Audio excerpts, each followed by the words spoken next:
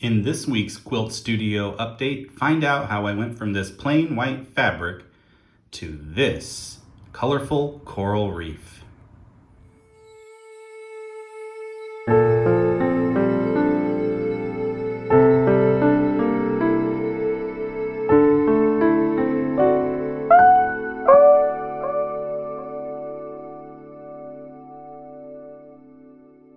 Hi everyone, Brent McGee Quilts here, and I'm so excited for this week's studio update. I'm starting a brand new quilt. I'm using a new painting technique I've never used before, and I even had to go to Home Depot alone to get the supplies to do it. I'm going to do a day-by-day breakdown of everything I did, so stick with me.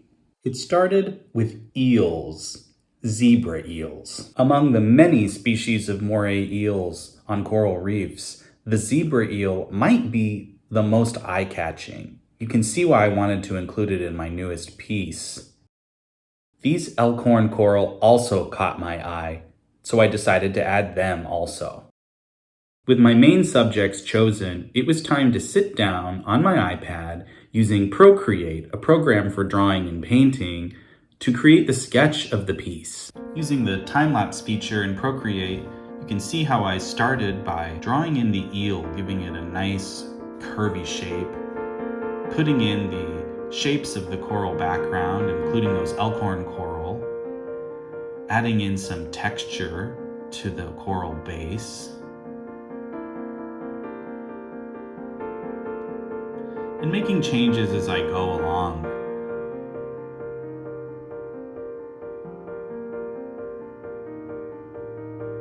Here showing where the sun rays will be, now adding in some extra small fish, and finally adding in color.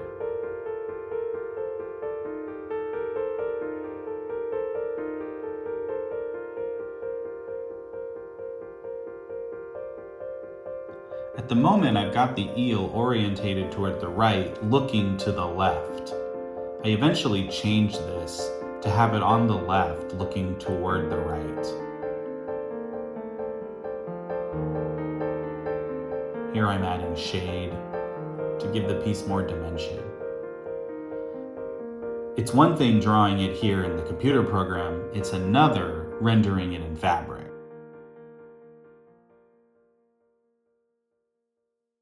Okay, so it's Sunday and I've cut a piece of paper to the size of the piece, and I'm sketching my eel, my composition onto this piece of paper to give me a preview of what it's going to look like. And also I can use that to trace the elements onto the white fabric.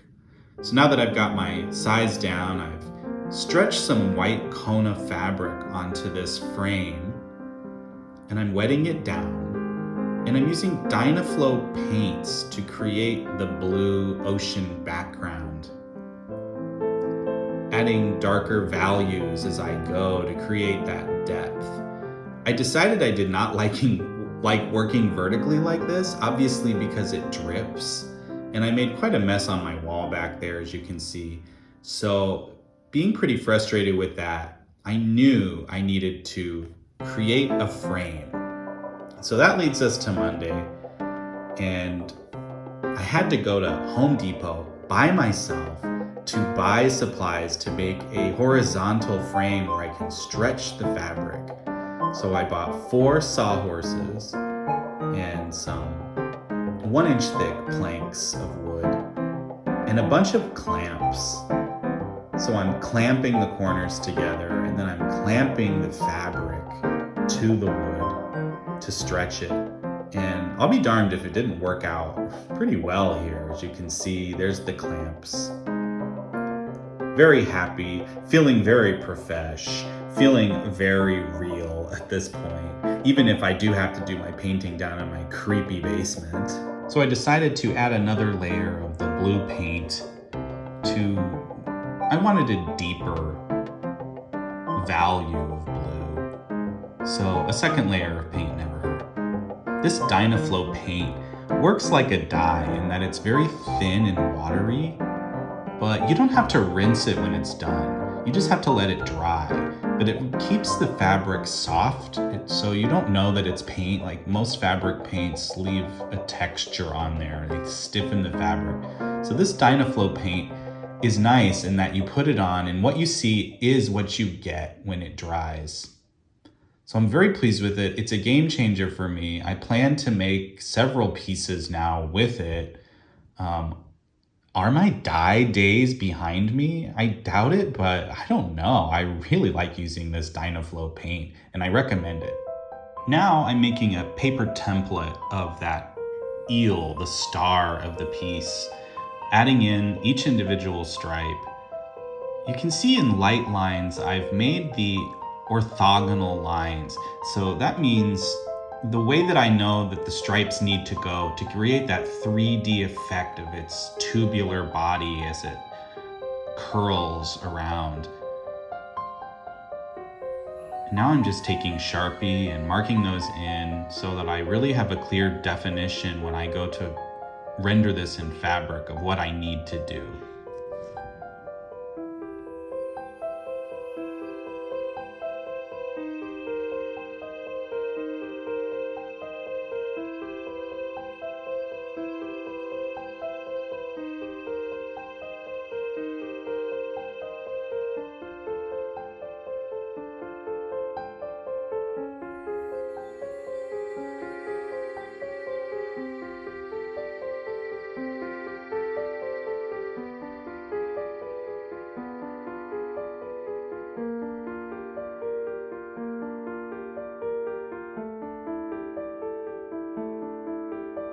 And here's the completed paper template of the eel. So satisfying the way the three-dimensional effect really worked out here.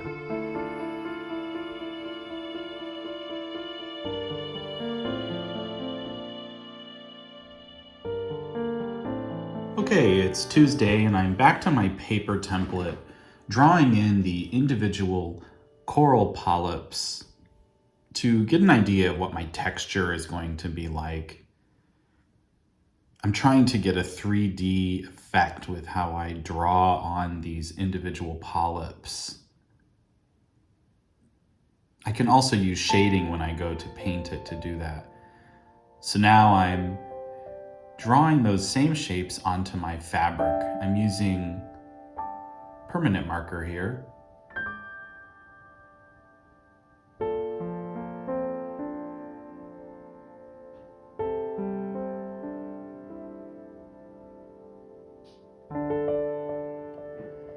I'm relying on the fact that the permanent marker will stay on there. It might fade out a little bit as I use lots of water and paint, but it'll still be there. And then I can use those lines as my guide for when I go to quilt all of this. I'll be quilting all of these lines in. Here I'm using a little darker color because why not?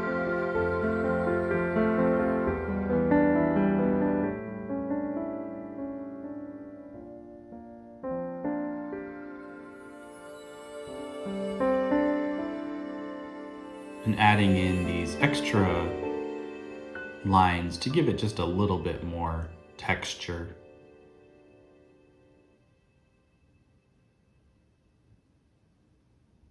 And a little bit more coral-esque. And now it's time to load it up onto my makeshift frame in the creepy basement and start painting. Again, I'm using Dynaflow paints. At first, I started off by painting each individual coral polyp here, thinking that it would add individual dimension, but eventually that kind of bled out. So then I just started painting in the big shapes, settling in on this kind of kelpy green seaweed-like color, which is a feature of so much underwater imagery and coral.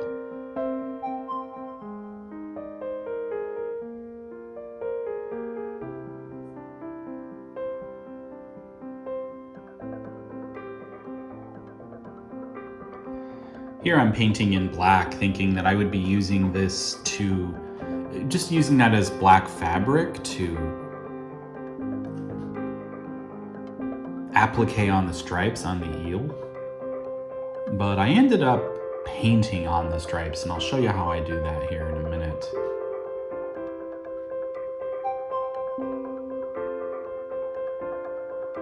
I really like how the shading turned out here on these coral mounds.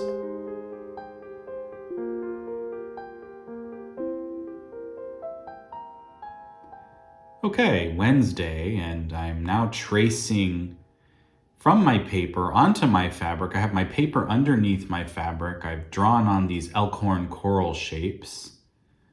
And so now I'm tracing them onto my fabric.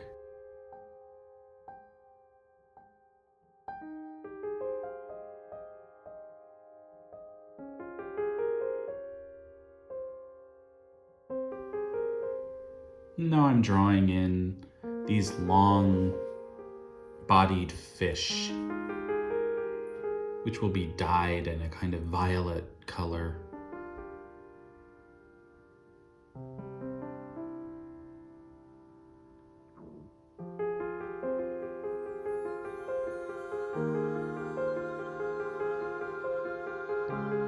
Now, I decided I wanted to give a try using a resist technique. A resist is a substance that you put down onto your fabric to prevent dye or paint from going in that area.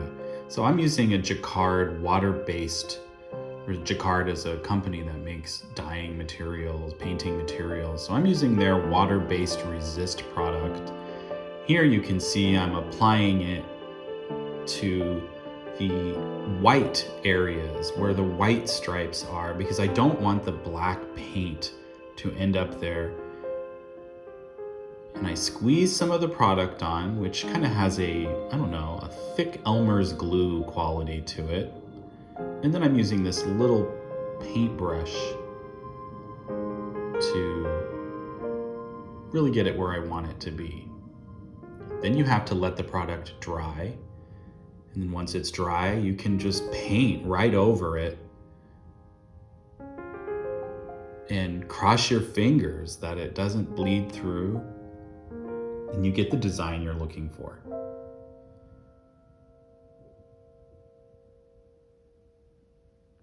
The original plan was to applique all of this, but when you see once I start putting it together, it just made more sense to go ahead and give this a try. Sort of a why not? Let's see how it works. And if it works well, I can use it in the future for other projects. So I'm happy I took the risk. As you see here in a little bit, it turned out great.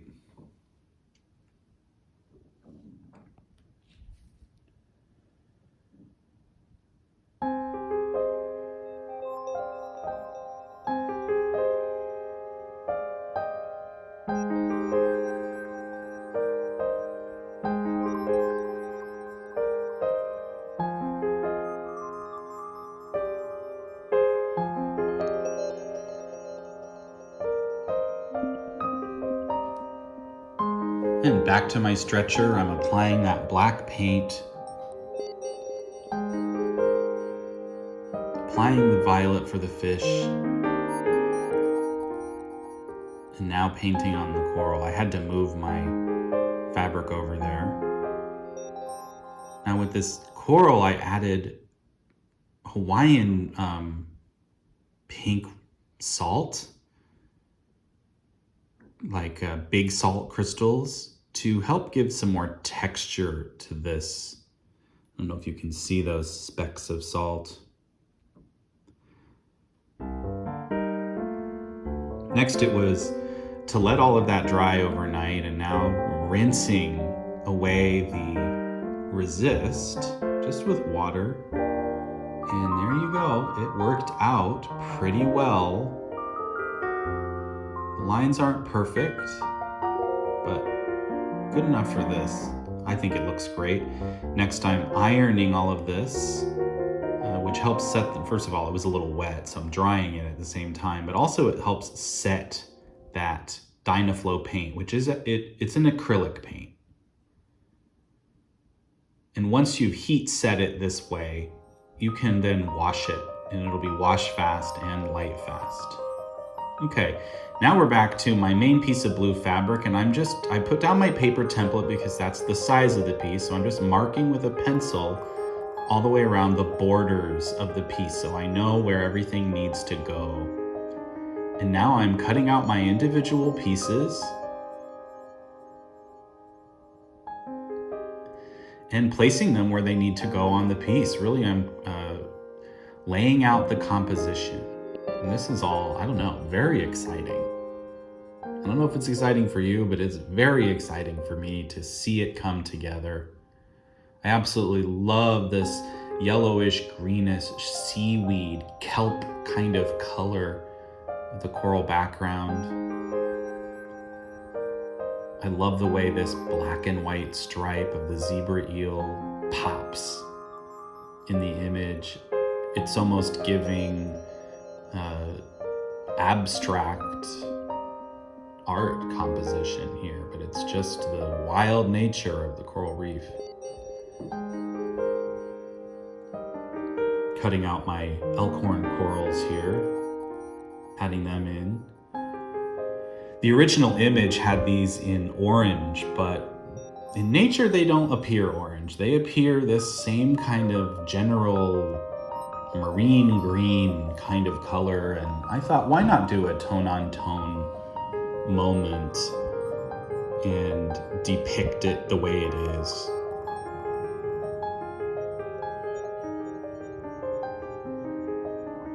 So they create a nice textural contrast to the more rocky mound coral you see there.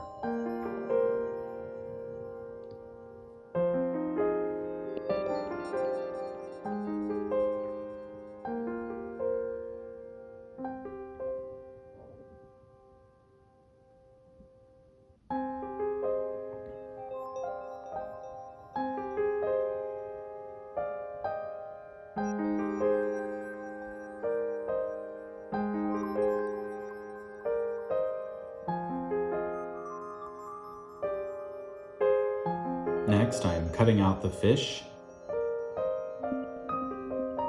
laying them in.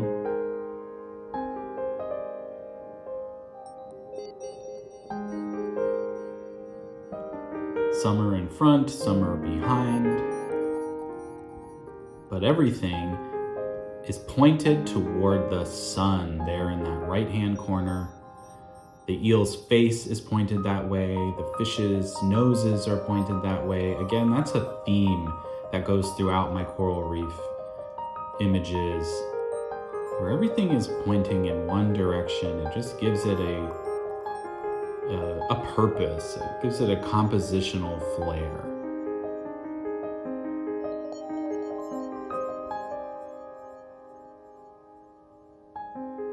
And there's my final layout. I'm happy with it. It's a little chunky right now because it hasn't been turned on, the edges haven't been turned under and appliqued. So now the next portion of the process is I'm pinning everything down into place.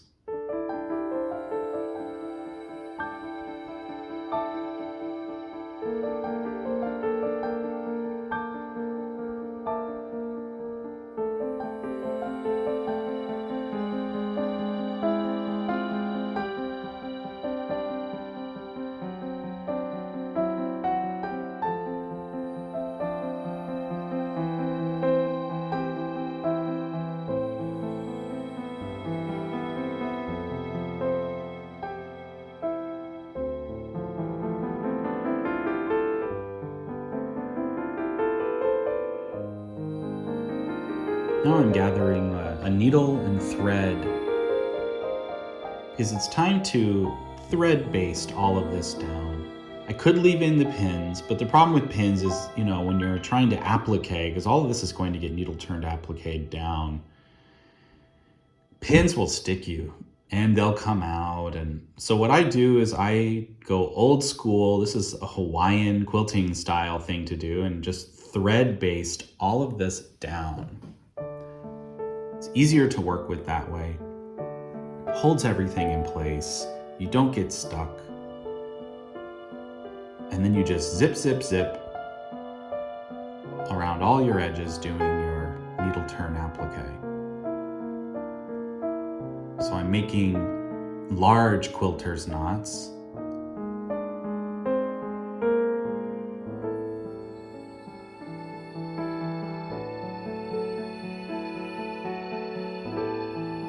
So that my thread basting doesn't come out.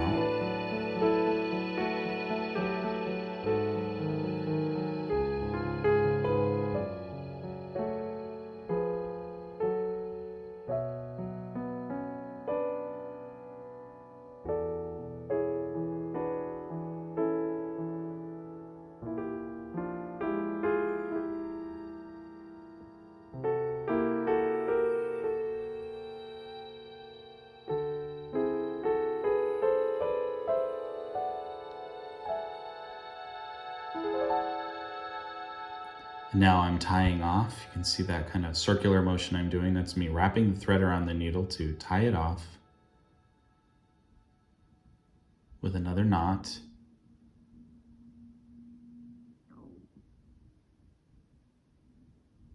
Clip my thread. So it's just this motion over and over and over again until the whole thing is thread basted down.